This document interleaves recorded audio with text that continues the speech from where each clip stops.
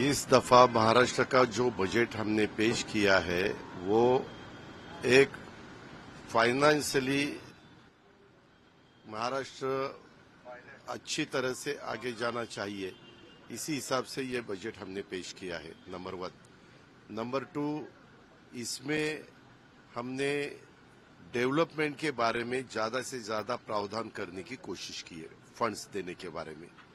और जो योजनाएं पिछले गवर्नमेंट में हमने चालू की थी, जैसी लाडली बहना और वीज माफी, यानी फार्मर्स को बिजली माफ करने का, ये सब योजनाएं चालू रखी है।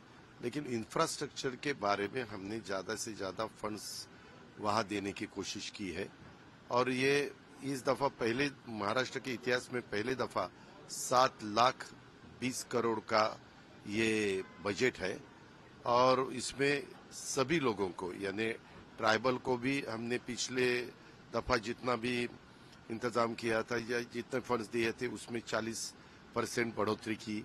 हमने शेड्यूल कास्ट के लिए 42% बढ़ोतरी की।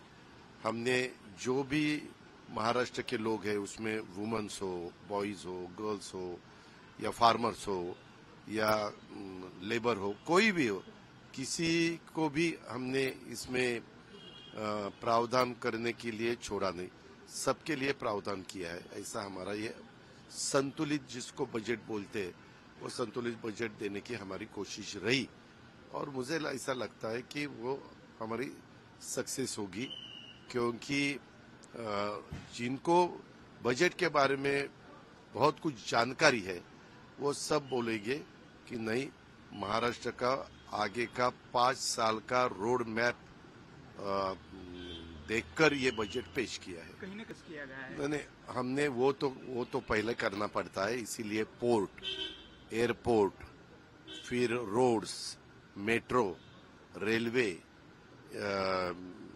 ये सब में हमने ज्यादा से ज्यादा प्रावधान किया है। और अपने महाराष्ट्र में रोजगार कैसा बढ़ेगा इसके बारे में भी हमने ज्यादा ध्यान करने की कोशिश की।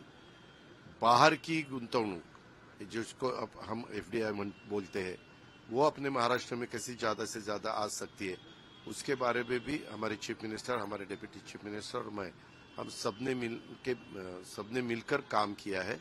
और अभी अपने महाराष्ट्र के लोगों को ये सब डेवलपमेंट देखने को मिलने नहीं। उसे किस तरह से कहना? वो क्या था, पिछला बजट वो चुनाव के पहले वाला बजट था। इस दफा लोगों ने हमें पूरा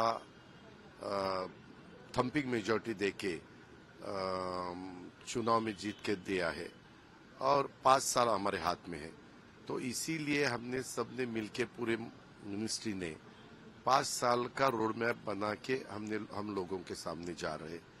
और आपने अगर देखा ठीक तरह से तो आपको भी पता लगेगा कि ये बजट खाली 1 साल के लिए बजट नहीं है।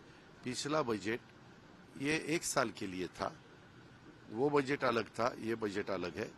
और अब हमारे मराठी में बोलते हैं कि महाराष्ट्र अभी आता थांबणार नहीं, विकास आता लांबणार नहीं। अभी महाराष्ट्र आगे ही चला जाएगा। अरे फार्मर्स के लिए उनको समझ में नहीं आता, AI, आर्टिफिशियल इंटेलिजेंस अभी पूरे देश में नहीं तो पूरे वर्ल्ड में चालू है। उसके बारे में हमने सोचकर फार्मर्स के लिए भी AI, ये नया तंत्रज्ञान जो है वो उसका कैसी मदद हो सकती है वो भी हमने सोचा है। और 2 साल के लिए 500 करोड़ का प्रावधान खाली फार्मर्स के लिए हमने इसमें किया है। इंडस्ट्री के लिए भी वैसा ही किया है। सभी सेक्टरों में हमने उसमें ज्यादा से ज्यादा मदद करने की कोशिश की है। कभी भी आप देखो, कोई भी अपोजिशन वाले कभी ऐसा नहीं बोलते कि ये बजट बहुत अच्छा है, वो तो हमेशा विरोध ही करेंगे। हमें मालूम है कि हमने बहुत सोचकर महाराष्ट्र का आगे कुछ सालों का सोचकर ये बजट दिया है और हम महाराष्ट्र को आगे लेके जाएंगे। अगली महीने नहीं, बीच में उन्होंने बताया था हमारे अपोजिशन वालों ने कि उन्होंने 1500 रुपए अभी देने वाले नहीं है। चुनाव का वो जुमला था, वो तो नहीं है। हमने चुनावी जुमला नहीं बोला। हमने इस दफा भी बजट में 36,000 करोड़ का प्रावधान किया है। अगर आगे वो कम पड़ेगा तो मैं जुलाई में बजट रहता है, सप्लीमेंट्री रहती है या दिसंबर में रहती है, उसमें भी मैं बढ़ोतरी कर सकता हूँ। ऐसा कुछ नहीं है। हमने जो बताया है वैसा उनकी स्कीम हम चालू रखेंगे और उसमें और भी कोई नया आपल्या परिसरातील बातम्या आमच्यापर्यंत पोहोचवण्यासाठी स्क्रीनवर दिलेल्या क्रमांकावर संपर्क साधू शकता। दूरध्वनी क्रमांक 8652414343।